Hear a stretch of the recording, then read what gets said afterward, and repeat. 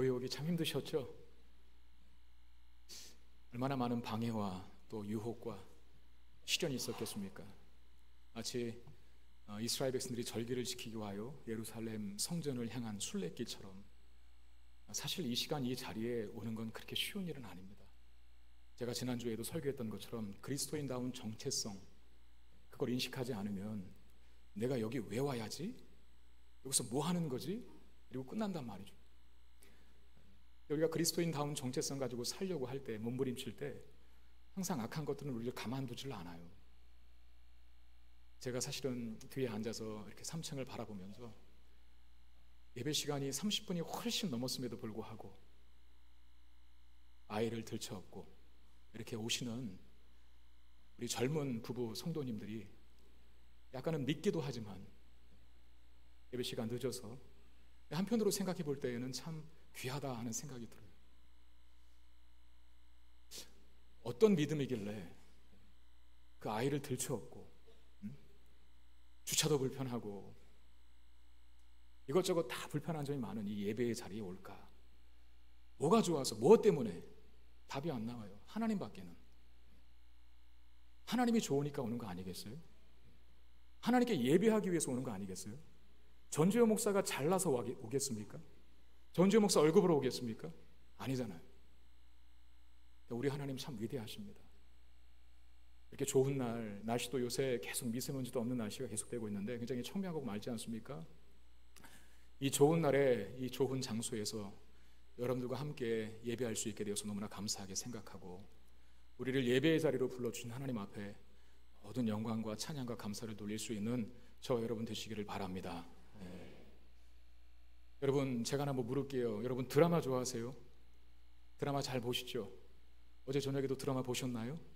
어제 저녁에 하는 드라마는 분류가 뭐로 구분됩니까? 제가 조사해봤어요. 우리나라에 드라마가 굉장히 많더라고요. 대한민국의 별명이 있죠. 드라마 왕국이라. 제가 보니까 월화 드라마가 있고, 수목 드라마가 있고, 금요 드라마가 있고, 주말 드라마가 있어요. 그뿐이 아닙니다. 일요 드라마가 있고, 아침 드라마도 있습니다. 또 뭐가 있나요 더? 제가 다 조사해봤죠. 요새는 또 케이블 TV에서 드라마가 굉장히 많이 또 방영을 되는데 이것도 굉장히 질이 나쁘지 않습니다. 아주 고퀄리티로 이 엄청난 또 개런티를 받는 그 훌륭한 배우들을 해서, 심지어는 우리가 보통 보는 방송사보다도 훨씬 더 호화 캐스팅을 또 더 많은 재원을 들여서 이 케이블 TV에서도 드라마를 하기 시작했는데, 그것까지 다 합하면 드라마의 종류가 아무튼 몇 시까지는 되지 않을까 하는 생각이 듭니다. 드라마를 그렇게 많이 하는 이유는 뭐겠어요? 그만큼 많이 본다는 거죠. 드라마를 좋아한다는 것이죠. 드라마에 대한 소비층들이 많으니까 우리나라에서 많이 그것을 만들고 제작하는 것 아니겠습니까? 저도 가끔 드라마를 봅니다. 집사람과 같이 드라마를 보게 되는데, 드라마를 보면 여러분 여러 장면들이 나오지 않습니까? 때로는 기뻐하는 장면도 나오고, 또 때로는 싸우는 장면도 나오고, 때로는 싸우는 장면도 나오고, 사랑하는 장면도 나오다가 또 때로는 슬픈 장면이 나오기도 해요. 제가 다른 때는 우리 집사람의 안색을 안 살피는데 슬픈 장면이 나오는 그 순간에 집사람의 얼굴을 물끄러미 쳐다봅니다. 왜 볼까요? 우나 안 우나 보는 거죠. 영락없이 아니 요 정도의 강도의 슬픈 내용에도 우나? 쳐다보면은 눈물이 주렁주렁 또 울고 있어요. 저희 집사람은 참 장점이 뭔가에 몰입을 잘한다는 겁니다. 아주 TV 속에 들어가 앉아 있더라고요. 자기가 주인공으로 착각을 하고 있나 봐요. 여러분 예배를 그렇게 들으시기를 바랍니다. 예배를. 그 쓸데없이 드라마에 몰입을 하세요? 얼마나 감정이입이 거기 철저하게 됐으면 제가 볼 때 울 일이 아니거든요. 울 내용이 아닌데 눈물을 주렁주렁 흘리고 있어요. 그렁그렁. 하나님 앞에 말씀 들을 때나 예배 드릴 때나 그렇게 몰입하시기를 주의 이름으로 축원드립니다. 벌써 지금 주무시려고 준비하시는 분들이 계신 것 같아요. 스마트폰 빨리 끄세요. 성경 보는 거 외에는 스마트폰 안 갖고 다니셨으면 좋겠습니다. 제가 왜 이런 이야기로 시작을 하냐면, 여러분 우는 거 필요합니다. 근데 드라마 앞에서는 안 흘리셨으면 좋겠어요. 그 아까운 눈물을 왜 무가치한 데 쏟습니까? 여러분 우리가 진짜 울어야 할 앞은 어딜까요? 하나님 앞이죠. 하나님 앞에서는 눈물이 많은, 눈물샘이 마르지 않는 저와 여러분 되시기를 바랍니다. 그게 진정한 가치 있는 눈물이기 때문에 그래요. 드라마 보고 슬퍼서 오는 눈물은 가치 없어요. 그러나 하나님 앞에서 때로는 은혜가 너무나 충만해서, 때로는 내 삶이 고달파 하나님 도와주시오라고 하는 하나님의 긍휼을 간절히 구하는 바람으로 흘리는 눈물들. 성경에도 그 말이 있지 않습니까? 내 눈물병에 나의 눈물을 담으시사. 네. 그 귀한 눈물병이 있다는 거예요. 그 앞에서 흘리는 눈물이 진정 가치 있는 눈물이죠. 오늘 다윗도 하나님 앞에서 울고 있습니다. 우리가 본 이 본문은, 여러분 본문을 읽으면서 내용이 확 눈에 들어왔습니까? 내용이 딱 이해가 되었나요? 쉽지 않아요. 왜 그러냐면 시기 때문에 그래요. 시.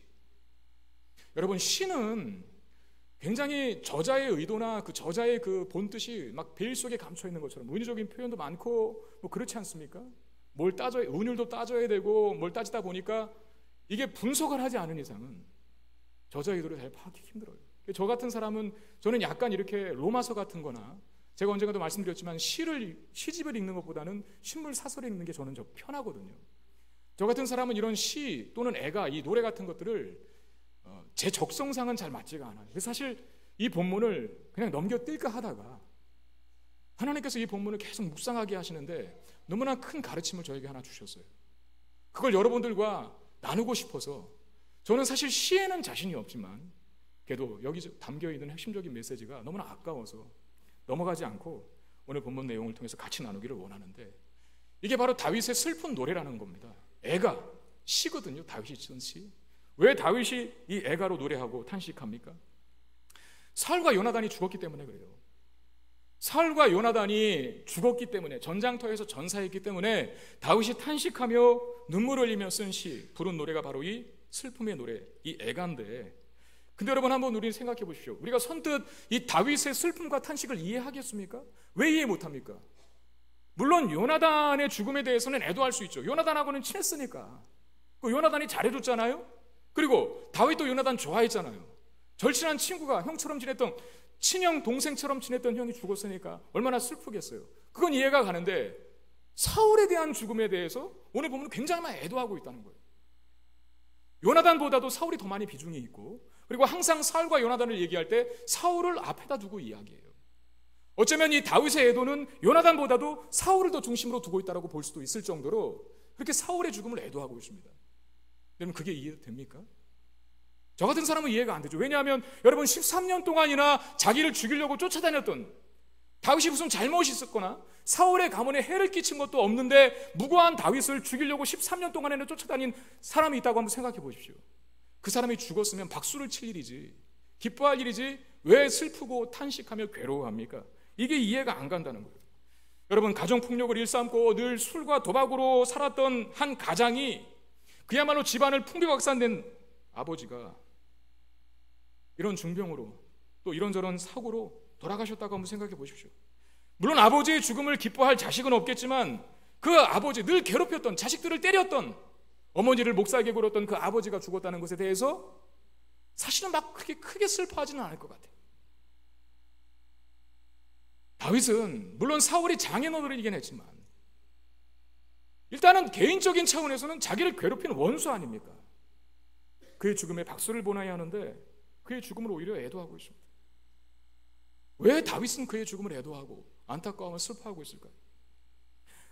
먼저 여러분, 사울과 요나단을 다윗의 관계성 속에서 생각하지 말고 다윗이라고 하는 사람을 쏙 빼고 그냥 사울 그리고 요나단, 이 사람들을 한번 객관적으로 생각해 보자는 거예요. 한 나라의 왕으로서의 사울과 한 나라의 왕의 아들로서의 왕자인 요나단의 모습으로 한번 이해하고 들어갔으면 좋겠습니다. 여러분, 사울은 어떤 사람이었습니까? 그야말로 한 나라의 왕 아니었습니까? 하나님께서 기름 부어 세우신 왕. 여러분, 하나님은 아무나 기름 붓지 않습니다. 여러분 아시나요? 사울이 왕 선발하니까 왕 되고 싶은 사람 지원하세요 그래서 손들어서 합격된 거 아니잖아요. 사울은 왕이 될 생각도 없었어요. 하나님께서 지명하신 거예요. 소명하셨다는 겁니다. 아무나 소명하십니까? 여러분, 목사도 아무나 되는 게 아닙니다. 신학교 공부했다고, 신학했다고 목사합니까? 아니에요. 목사가 목사 되고 또 목사다운 삶을 유지할 수 있는 두 가지 기둥이 있어요. 하나는 소명감입니다. 그리고 하나는 사명감입니다. 소명감과 사명감이 있어야 돼요. 이 두 축 중에 어느 한 축도 무너지면 그때부터는 타락하기 시작합니다. 소명이 뭡니까? 하나님께서 부르셨다는 것이죠. 아무나 부르시나요? 아니에요. 사울이 하나님의 소명을 받고 왕이 됐어요.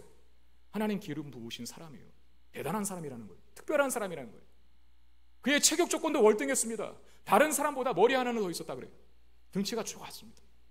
외모도 용모도 준수했고, 그는 효성이 깊은 아들이었고, 그는 처음에는 왕을 고사할 정도로 난 왕이 될 자격이 없습니다라고 행구 사이에 숨어버렸던, 그렇게 겸손했던 사람입니다.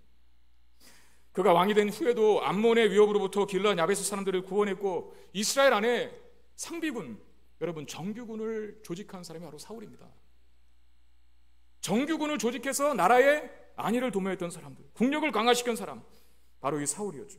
사무엘상 14장에서는 그의 업적을 이렇게 밝히고 있는데, 사무엘상 14장 47절에 보면 사울이 이스라엘 왕위에 오른 후에 사방에 있는 모든 대적, 곧 모압과 암몬 자손과 에돔과 소바의 왕들과 블레셋 사람들을 쳤는데 향하는 곳마다 이겼고, 용감하게 아말렉 사람들을 치고 이스라엘을 그 약탈하는 자들의 손에서 건졌더라 라고 말합니다.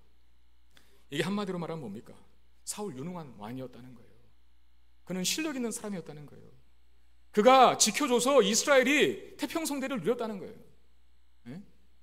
암몬도 이기고 아말렉도 이기고 모압도 이기고 소바의 왕들도 이기고, 심지어는 블레셋으로부터도 이스라엘 백성들을 보호했던 왕이 바로 사울이랍니다.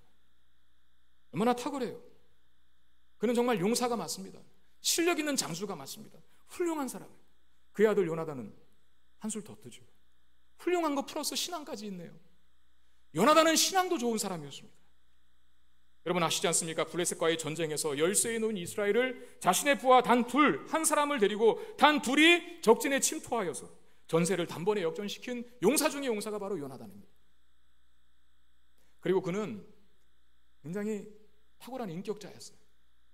아버지가 왕이면 자연스럽게 왕직은 아들에게, 자신에게 넘어오는 것인데, 그걸 알면서도 자기의 모든 무기와 군장들을 다윗에게 줍니다. 그게 뭡니까? 내 왕권을 너에게 이양한다, 그런 뜻이거든요. 어쩌면 경쟁자일 수 있는 다윗을 이 요나단은 굉장히 인격적으로 호의적으로 대합니다. 그리고 아버지의 원수일 수 있는 그 다윗을 이 요나단은 사울의 위협으로부터 구원해내기까지 합니다. 얼마나 훌륭한 사람입니까? 얼마나 겸손한 사람입니까? 얼마나 신앙심이 깊은 사람입니까? 여러분, 이게 바로 객관적인 관점에서 본 사울과 요나단의 모습인데, 그야말로 이 둘은, 사울과 요나단은 다윗과의 관계를 빼고 본다면, 한번 따져보고 생각해보세요. 훌륭한 사람들이라니까요. 잘난 사람들이라니까요. 그 두 사람은 이스라엘 안에서 크고 강한 자들이 맞습니다. 다윗도 그걸 인정해요. 그래서 오늘 시에 보면, 오늘 본문인 이 다윗의 애가 이 시에 보면 사울과 요나단에 대해서 잘못된 점이나 안 좋은 점이나 부정적인 관점에서 보는 건 하나도 없어요. 얼마나 다윗이 이 둘을 극찬하고 있는지 오늘 본문의 애가 속에 고스란히 녹아 있는데, 한번 찾아볼까요? 한번 자막을 보여주시길 바랍니다. 19절에 보면 이스라엘아 내 영광이 산 위에서 죽임을 당하였다라고 했는데, 이스라엘의 영광으로 불리웠던 두 사람 누굽니까? 사울과 요나단이라는 거예요. 여기 영광은 우리가 보통 하나님의 영광할 때 그 카보드라고 하는 히브리어 단어랑은 좀 다릅니다. 카보드라고 하는, 그냥 자막 놔두세요. 카보드라고 하는 자막 놔두세요. 예. 많이 있으니까 놔둬야 되죠, 당연히. 카보드라고 하는 히브리어 영광이라고 하는 단어는 하나님의 하나님 되심을 말하는 겁니다. 여러분, 우리 각자에게 다 영광이 있는 거예요. 전제호라고 하는 목사는 전제호라고 하는 목사됨은 나만 나타낼 수 있는 거예요. 아무리 저와 비슷한 사람이 있어도 그 사람이 저는 아니에요. 해는 해의 영광이 있고 다른 달의 영광이 있다, 그런 말씀이지 않습니까? 성경에 고린도전서 15장에 하나님의 영광, 우리가 지금 표어도 영광인데 그 영광이라고 하는 단어는 카보드라고 하는 단어로 씁니다. 근데 오늘 본문에 나오는 이 19절에 이스라엘아 내 영광이 할 때는 조금 다른 단어입니다. 여기서 영광은 어떤 영광이냐면 빛나는 거예요. 찬란한 빛. 그러니까 이스라엘아 네 영광아, 네 영광이라고 할 때 사울과 요나단은 그야말로 이스라엘의 대표자다라는 거예요. 이스라엘 하면 두 사람이 떠오르고, 두 사람 하면 이스라엘이 떠오를 정도로 이스라엘의 명예와 이스라엘의 자존심이었던 사람들, 다윗이 그렇게 사울과 요나단을 묘사합니다. 그리고 19절, 21절, 22절, 25절, 27절에서 용사라고 하는 단어가 제가 친절하게 지금 써놨잖아요. 무려 5번이나 언급되고 있습니다. 여기 용사는 단지 군사를 말하는 게 아니라, 군인을 말하는 게 아니라 강력한 자라는 뜻이에요. 강한 자, 여러분 군인이라도 다 강한 건 아니거든요. 용사라고 해도 다 싸움 잘하는 건 아니에요. 용사 중에 용사, 실력 있는 장수였다는 뜻입니다. 얼마나 싸움을 잘하고 얼마나 실력이 있었는지 5번이나 다윗이 그걸 반복적으로 이 애가 속에 두고 있어요. 그리고 22절에 요나단의 활이 뒤로 물러가지 않았고 사울의 칼이 헛되이 돌아오지 않았다. 요나단이 활 한 번 쏘면 백발백중 명중한다는 겁니다. 그리고 사울이 칼 한 번 뽑으면 그 앞에 모든 적군의 군사들이 추풍 낙엽처럼 떨어지는 실력 있는 장수, 용맹한 장수들. 그리고 23절에는 뭐라고 합니까? 그들은 독수리보다 빠르고 사자보다 강하였도다. 유능한 용사로서 손색이 없는 자들이었다. 장수들이었다라고 노래합니다. 그리고 24절에 이스라엘 딸들아 사울을 슬퍼하여 울지어다. 그가 붉은 옷으로 너에게 화려하게 입혔고 금노래개를 너희 옷에 채웠도다 그러는데 이게 무슨 뜻입니까? 사울의 업적을 노래한 거 아니겠어요? 사울이 가는 족족 전쟁할 때마다 이기고 전쟁에 이기면 항상 이긴 팀들이 이긴 국가가 갖고 오는 게 뭐겠습니까? 패한 군대의 전리품들 아니겠습니까? 전리품들을 너무나 많이 갖고 와서 이스라엘 딸들이 화려한 옷으로 치장을 하고 이스라엘 딸들이 손에 가락지를 끼우고 목걸이를 걸고 팔에 팔찌를 차는 이런 풍요와 안정과 번영을 사울이 그의 치세 쪽에서 그의 업적 속에서 이루어냈다. 이게 다윗의 애가입니다, 여러분. 다윗의 노래 속에서 이 말이 있어요. 그야말로 이 두 사람은 사울과 요나단은 훌륭한 사람이고 강한 사람이고 그야말로 큰 사람이고 난 사람들입니다. 그런데 그런 두 사람이 죽었어요.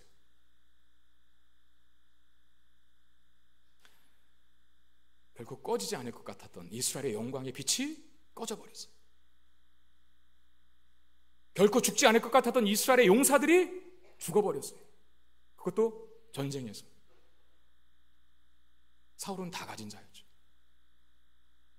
근데 그의 말로는 비참했습니다. 요나단처럼 훌륭한 인재가 또 어디 있습니까? 그러나 그도 블레셋과의 전쟁 중에 목숨을 잃습니다. 길보아 산 위에서 얼마나 다윗이 길보아 산에 한이 맺혔는지. 길보아야 길보아야 너의 땅에 더 이상 이슬과 비가 내리지 않을 것이라. 네 땅에서 이스라엘의 영광이 죽었기 때문이라고 그렇게 탄식하며 노래했겠습니까? 이들의 말로가 이렇게 슬퍼요. 어렵고 괴롭습니다. 근데 여러분 우리가 살펴보려고 했던 게 뭡니까? 왜 이 죽음이, 왜 사울의, 특별히 사울의 죽음이 다윗에게 큰 슬픔이 되었을까요? 여러분 여름 본문을 보면서 이런 오해를 하지 마셔야 돼요. 아, 다윗은 참 훌륭한 사람이다. 원수도 사랑하는 마음을 가졌구나. 여러분 원수도 사랑하라라고 하는 말씀을 주시기 위해서 이 본문이 기록된 게 절대 아닙니다. 다윗의 넓고 바다같이 큰 마음을 너희들도 가져라, 우리들도 가져라라고 도전하기 위해서 이런 본문이 기록된 게 절대 아니에요. 나중에도 보겠지만 여러분 다윗이 왕이 되어서 그가 성품이 참 좋았습니까? 그는 충신을 죽입니다. 우리와 같은 사람을 죽여요. 살해 교사해서 간음을 하고요. 나단 선지자가 지적해주지 않았으면 완전 범죄를 꿈꿨던 그게 다윗의 성품인데 시 하나 썼다고 다윗의 성품 배우자고요? 그런 뜻이 아닙니다. 그럼 왜 다윗은 사울의 죽음을 애도하고 슬퍼할까요? 다윗은 사울과 요나단의 모습에서 자신의 모습을 보았기 때문입니다. 조금 이 말이 유식하고 어려운 말은 아닌데 실존이라고 하는 말이 있잖아요. 사울과 요나단의 실존을 보면서 다윗은 자신의 실존을 보게 되는 거예요. 그 실존이 뭡니까? 아무것도 덧붙여지거나 포장되지 않은 인간 본연의 모습을 말합니다. 그들이 아무리 용사라고 했어도, 그들이 아무리 강했어도 결국 인생은 한계를 가지고 있고, 물론 사울과 요나단이 수많은 문제를 극복했고 수많은 적들을 이겼고 수많은 장애물을 뛰어넘어서도 결국은 인생은 초라하게 길보아 산에서 죽을 수밖에 없는, 넘지 못하는 장애물이 있고 이기지 못하는 적들이 있고 해결하지 못하는 문제가 있다는 사실을 보여주고 있는 거예요. 용사라고 하는 포장으로, 강한 자라고 하는 포장으로 아름답게 때로는 미화되어 보일 수는 있겠지만 결국 죽지 않습니까? 아무것도 포장되지 않고 아무것도 섞여 있지 않은 인간 변인의 모습을 사울과 요나단의 모습을 통해서 보면서 다윗은 자신의 운명도 그와 같을 것이다 짐작한 겁니다. 오늘 본문은 이 다윗의 애가 속에 두 가지 강조점이 있어요. 그래서 하나는 사울과 요나단이 훌륭하다는 거예요.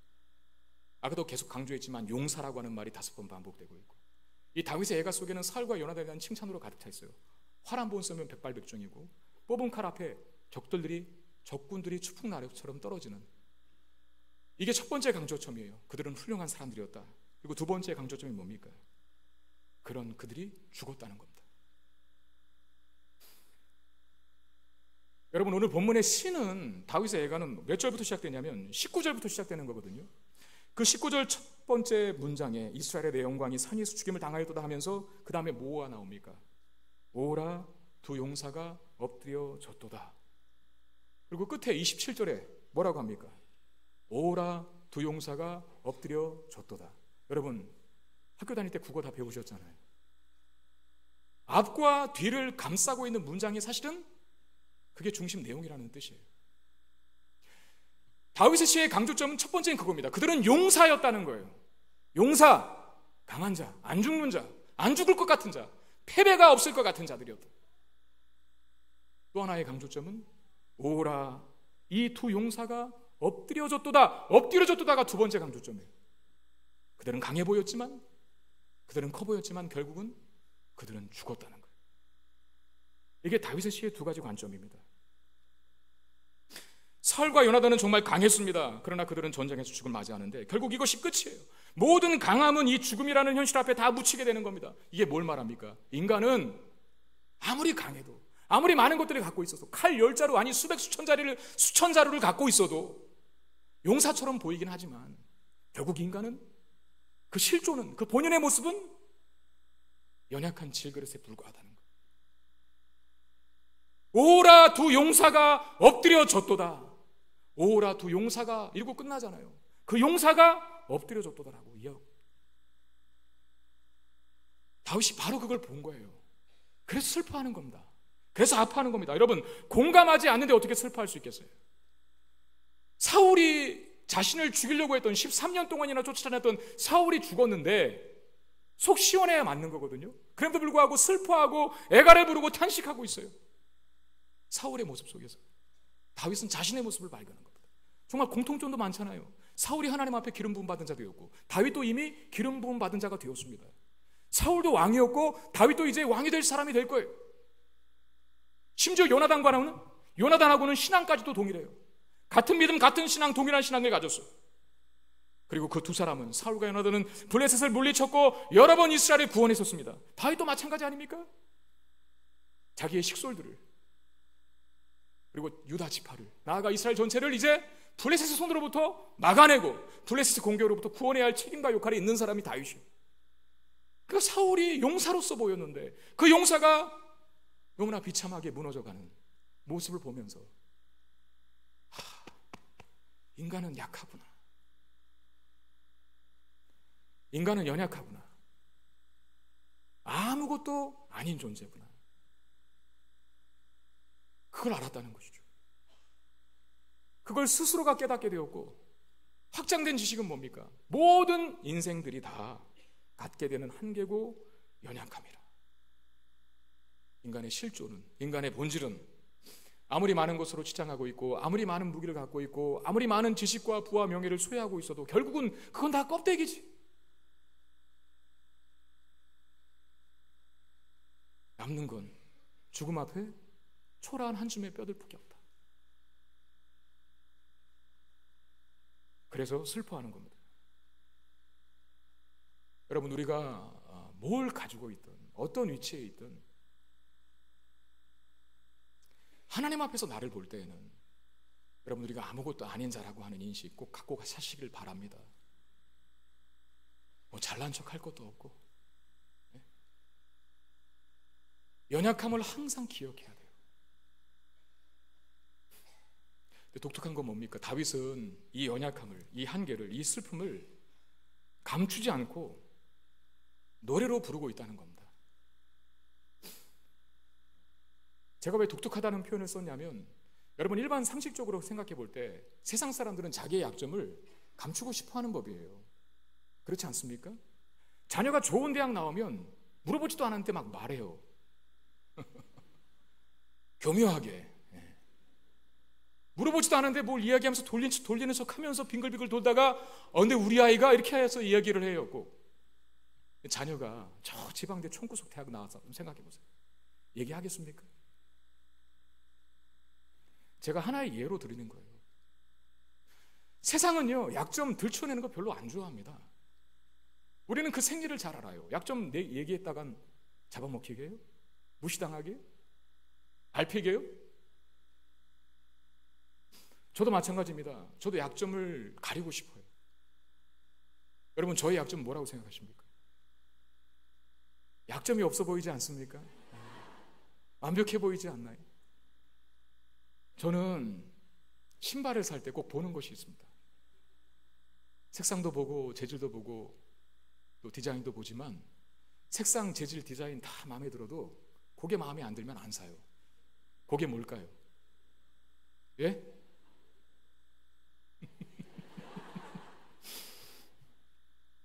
굽이 높아야 돼요. 그래도 자존심이 있어서 보여지는 높은 굽은 또 안 사요. 안으로 높은 거. 미창이 어떻게 이렇게 조정을 해갖고.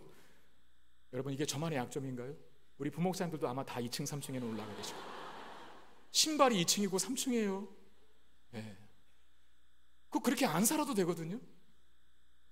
그냥 디자인 마음에 들고 색깔 마음에 들고 재질 좋으면 사는 거죠. 근데 왜 꼭 굽 높은 걸 고르는 이유는 뭐겠어요? 그게 내 약점이라고 생각하니까 감추고 싶은 거예요. 그게 세상이거든요. 오늘 본문의 다윗의 애가 속에서도 세상에서는 이걸 감추라고 얘기합니다. 20절에 보니까 이렇게 말합니다. 이 일을 가드에게도 알리지 말며 아스글론 거리에도 전파하지 말지어다. 여러분, 가드와 아스글론은 블레셋의 5대 성읍 중 하나씩 차지하는 성읍들 아닙니까? 가드, 아스글론 거리에도 전파하지 말지어다. 블레셋 사람들의 딸들이 즐거워할까? 할례받지 못한 자들의 딸들이 개가를 부를까 염려함이로다 그랬는데, 여러분, 여기서 말하는 블레셋은 세상을 말합니다. 세상에게 이스라엘 부끄러움을 알리지 말라고 하는데, 여러분, 세상은 약점을 감싸주지 못합니다. 약점을 가진 자, 슬픈 노래를 부르는 자를 위로해 주지 못해요. 오히려 잡아먹으려고 하죠. 무시하고 깔봅니다. 조령하고 이용합니다. 근데 놀라운 건 다윗이 블레셋 백성들에게는 이 슬픈 노래를 알리지 말라고 하는데 누구에게는 가르쳐 주라고 해요. 누굴까요? 그들이 18절에 그것을 유다 족속에게는 가르치라. 이게 뭘 말하는 겁니까? 유다 백성들에게는 연약함을 감추지 말라고 한다. 다윗의 외가 속에 하나님이라고 하는 것이 한 번도 드러나고 있지 않지만, 여러분, 다윗과 유다와 이스라엘 백성들의 노래는 이미 종교적인 배경을 전제하는 거예요. 그러면 그들의 모든 노래와 그들의 모든 애가는 하나님을 향한 것이 된다는 말입니다. 유다 모든 족속에게는 가르치라. 이 슬픈 노래를 가리키라. 이 연약함을 가리키라. 이 인간의 한계와 이 인간의 절망과 이 인간의 부족함과 무능력을 가리키라. 하나님 앞에서는 노래 부르게 하라. 그 말 아니겠습니까? 왜? 그래야만 이 노래가 다만 슬픔의 노래가 아니라 희망과 기쁨의 노래로 바꿀 수 있기 때문에 그렇습니다. 마태복음 5장에 예수님의 산상설교를 기록하고 있는데, 산상설교의 첫 번째는 그겁니다. 팔복. 여러분, 우리가 보통 팔복이라고 얘기하는 5장 3절부터 시작이 되는데, 그 5장 3절에 이렇게 되어 있습니다. 심령이 가난한 자는 복이 있나니 천국이 그들의 것입니다. 여러분, 가난한 게 뭐가 복입니까? 근데 가난한 게 복이래요. 앞에다 붙였어요. 심령이 가난한 거. 그럼 심령이 가난한 건 뭡니까? 자기가 연약한 것을 아는 걸 말해요. 자기가 죄인인 것을 아는 걸 말해요. 아무리 세상에 많은 것들로 포장하고 있고 감추고 있고 가리고 있어도 하나님 앞에 섰을 때의 그 실존의 모습은 너무나 초라하고 비참하고 무지하고 무능력하고 연약한 것이라는 것이죠. 심령이 가난한 자가 복이 있다고 말합니다. 왜 그게 복일까요? 왜 자기가 가난하다고, 왜 자기가 연약하다고, 왜 자기는 죄인이라고 인식하고 이해하는 것이 왜 하나님 앞에 복이 될까요? 여러분, 예수님이 당시에 1세기 당시에 어울린 부류가 누군지 한번 생각해 보시길 바랍니다. 세리와 병든 자와 창기와, 그때 당시 사회적으로 소외되고 멸시받고 천대받는 자들이었거든요. 그들과는 함께하고 그들과는 밥도 먹고 그들을 위해서는 기도해 주셨어요.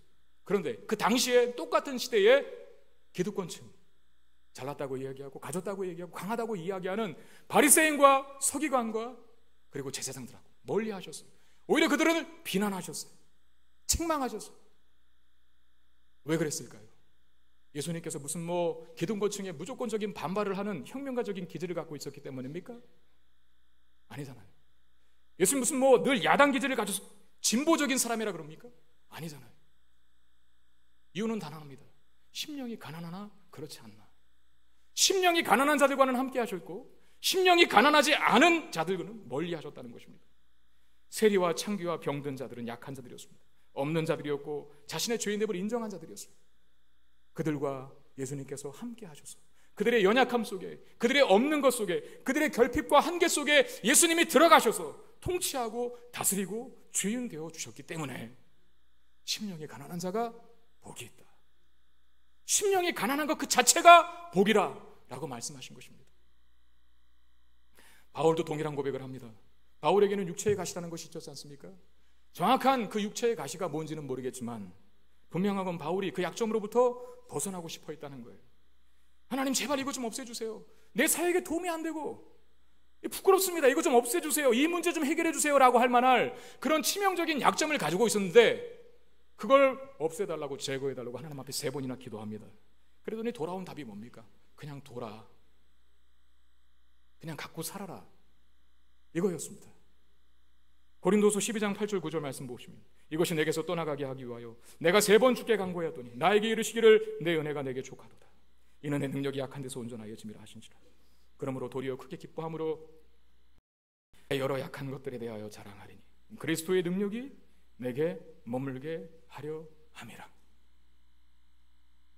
여러분, 그리스도의 능력이 어디에 머문다고요? 바울의 약점의 자리에.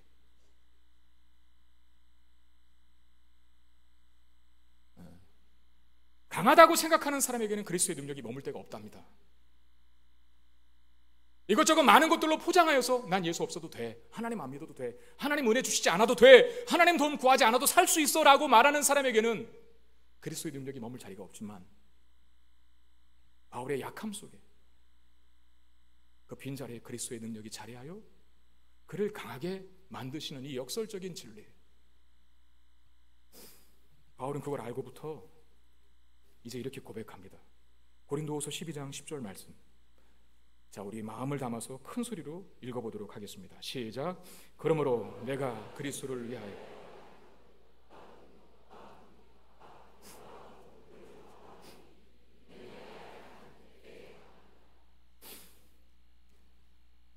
여러분 잘 한번 보세요. 능력과 궁핍과 박해와 권고를 이제 기뻐한다. 왜? 내가 약한 그때가 강함이기 때문에. 그 자체의 연약함들이 자연스럽게 강해지는 건 아니죠. 그 약함 속에 바울이 누구를 의지하는 겁니까? 그 약함 때문에 주님을 붙들게 되고 주님을 붙드는 그 약함의 통로가 바울을 그 어떤 것으로 무장한 것보다도 강한 하나님의 사람으로 만들어주고 있어요. 그래서 바울은 이제 자신을 힘들게 했고 괴롭혔던 약점이 기쁨의 근거가 되었노라고 노래하고 찬양하고 있는 겁니다. 여러분, 하나님은 약한 자를 안아주십니다. 심령이 가난한 자를 부유함으로 채우시고 약점을 인정하여 하나님 앞에 깨어진 존재로 나오는 자들에게 능력으로 임하시는 분이십니다. 다윗이 바로 이 사실을 알고 있었던 거예요. 내 약함을 인정하고 저 앞에 나올 때 주님의 강함으로 채워주실 수 있다는 사실을 알기 때문에 유다 족속뿐만 아니라 모든 이스라엘에게 이 노래를 가르치라고, 야살의 책에 기록하라고 그렇게 선포하고 외친 것입니다. 여러분, 우리도 동일합니다. 하나님 앞에 많이 우실 수 있는 저와 여러분 되시길 바랍니다. 눈물 없는 것을 자랑으로 알고 사지 마세요. 물론 제가 아까도 얘기했지만 드라마 보다가 영화 보다가 흘리는 눈물은 가치가 없습니다. 때로는 우리가 강심장이 아니니까 드라마 보다가도 영화 보다가도 울 수 있는데 그 울었다고 해서 죄책감 가질 필요는 없으세요.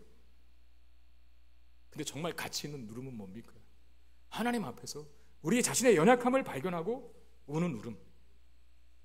여러분, 우리에게 이 울음이 많게 되기를 바랍니다. 그리고 슬픔의 노래를 부르십시오. 세상은 슬퍼하는 것, 역한 것, 약한 것, 부끄러운 것 듣기 싫어하지만 그 얘기했다가는 아주 잡아먹으려고 달려들지만 우리는 슬픔의 노래를 불러야 돼요. 왜 그래야 합니까? 그 슬픔의 노래가 하나님의 귀에 들려질 때 하나님은 우리가 부르는 그 슬픔의 노래를 기쁨의 노래로 바꿔주시기 때문입니다. 따라합시다. 슬픔의 노래를 기쁨의 노래로 바꾸시는 하나님. 여러분, 이 하나님 믿으십니까? 제가 눈물이 참 많아졌어요. 왜 이렇게 눈물이 많아졌는지 모르겠는데 어떤 집사님이 그러더라고요. 목사님, 나이를 드셔서 눈물이 많아지는 거라고. 연세가 많아지고 나이를 많이 드시면 눈물이 많아진답니다. 생각해보니까 그 말도 맞는 것 같아요. 여러분, 나이가 들면 눈물이 많아지셔야 됩니다. 왜? 인생을 살면 살수록 발견하게 되는 게 뭡니까? 자신의 연약함 아니겠어요? 여러분, 애들이 자기의 연약함을 발견합니까? 중학생, 학생들이 연약함을 발견합니까? 인생이 만만치 않다는 걸 청년 때부터 알게 되잖아요. 그런 다음에 나머지 계속 이후의 삶은 더 만만치 않구나를 알아가는 과정이에요. 그게 철이 드는 겁니다. 세상 사람들이 말하는 철이 아니라 영적인 철이 드는 거. 그게 뭡니까? 하나님, 내가 계속 살아가다 보니 내가 할 수 있는 것이 아무것도 없네요. 연약하고 나약한 질그릇과 같은 존재요. 우리 강하신 주님께서 나의 삶을 책임져 주십시오. 내가 주님을 의지합니다. 주님만을 바라봅니다. 주님 한 분밖에는 나에게 희망과 소망과 생명이 없습니다. 주님, 나를 불쌍히 여기시고 나를 도와주십시오. 이 고백하다가 천국 가는 거예요. 그 고백이 점점 더 농도가 지쳐지는 게 신앙적인 영적인 철이 드는 것 아니겠습니까? 그러니 하나님 앞에서 나이가 먹으면 먹을수록 자기의 연약함을 더 많이 발견하게 되는데 눈물샘이 마른다고요? 그건 잘못된 신앙이에요. 나이를 드시면 드실수록 노련해지는 게 아니라, 영악해지는 게 아니라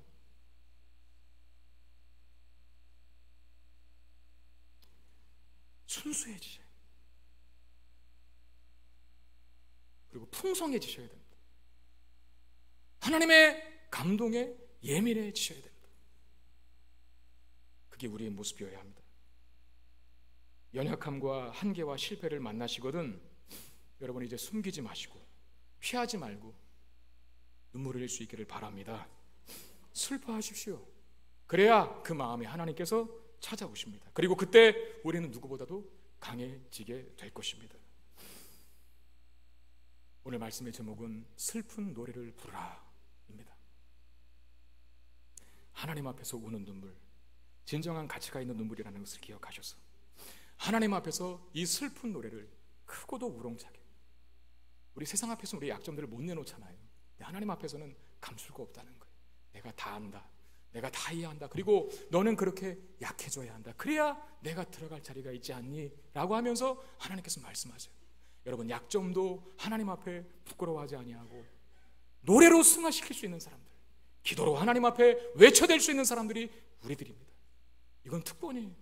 그리고 슬픈 노래를 하나님 앞에 불러 외칠 때마다 하나님께서도 강력하게 은혜 주시고 임하셔서 더 강력한 하나님의 사람으로 만들어가는 이 복, 그걸 누려야 될 사람들이 저와 여러분들이라는 사실입니다. 슬픈 노래를 많이 부를 수 있게 되기를 바랍니다. 하나님 앞에서 부르십시오. 하나님 그 눈물 닦아주시고 위로해 주실 것이고 우리를 더 강하게 만들어 주실 것입니다. 이 은혜와 복이 우리에게 충만하게 임하게 되기를 주님의 이름으로 축원드립니다. 기도하겠습니다.